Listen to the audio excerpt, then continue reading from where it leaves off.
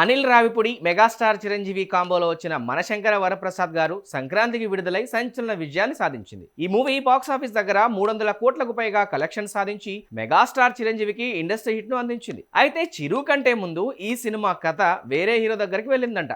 అతను మరెవరో కాదు, కోలీవుడ్ సూపర్ స్టార్ రజనీకాంత్. రజనీకాంత్ కోసం అనిల్ రావిపూడి ఓ కథను రాసుకున్నారు. ఆయన డేట్స్ కోసం వెయిట్ చేస్తున్న టైంలో మెగాస్టార్ నుంచి ఆయనకి పిలుపొచ్చింది. దాంతో సూపర్ స్టార్ కోసం రెడీ చేసిన కథకు కొన్ని మార్పులు చేర్పులు చేశాడు అనిల్ రావిపూడి. చిరంజీవి ఇమేజ్ కు అనుగుణంగా, ఆయన హావభావాలకు అనుగుణంగా, పాత సినిమాల్లో పాత్రలకు అనుగుణంగా తీర్చిదిద్ది కథను చిరుతో ఓకే చేయించుకున్నారు. లేదంటే ఈ సినిమా రజనీకాంత్ చేయాల్సింది. కథ విన్న వెంటనే రజనీ ఓకే చెప్పుంటే ఈ సమయానికి జైలర్ తరహాలో రజనీకాంత్ కి తెలుగులోను తమిళ్లోను భారీ హిట్ అయ్యేది. కానీ దురదృష్టవశాత్తు సూపర్ స్టార్ ఈ మూవీని వదులుకోవడం, అందులో విక్టరీ వెంకటేష్ కూడా క్యామియో రోల్ చేయడంతో ఈ సినిమా ఆడియన్స్ ని విపరీతంగా ఆకట్టుకుంది. ప్రస్తుతం బాక్స్ ఆఫీస్ వద్ద మనశంకర వరప్రసాద్ సక్సెస్ఫుల్ గా రన్ అవుతోంది.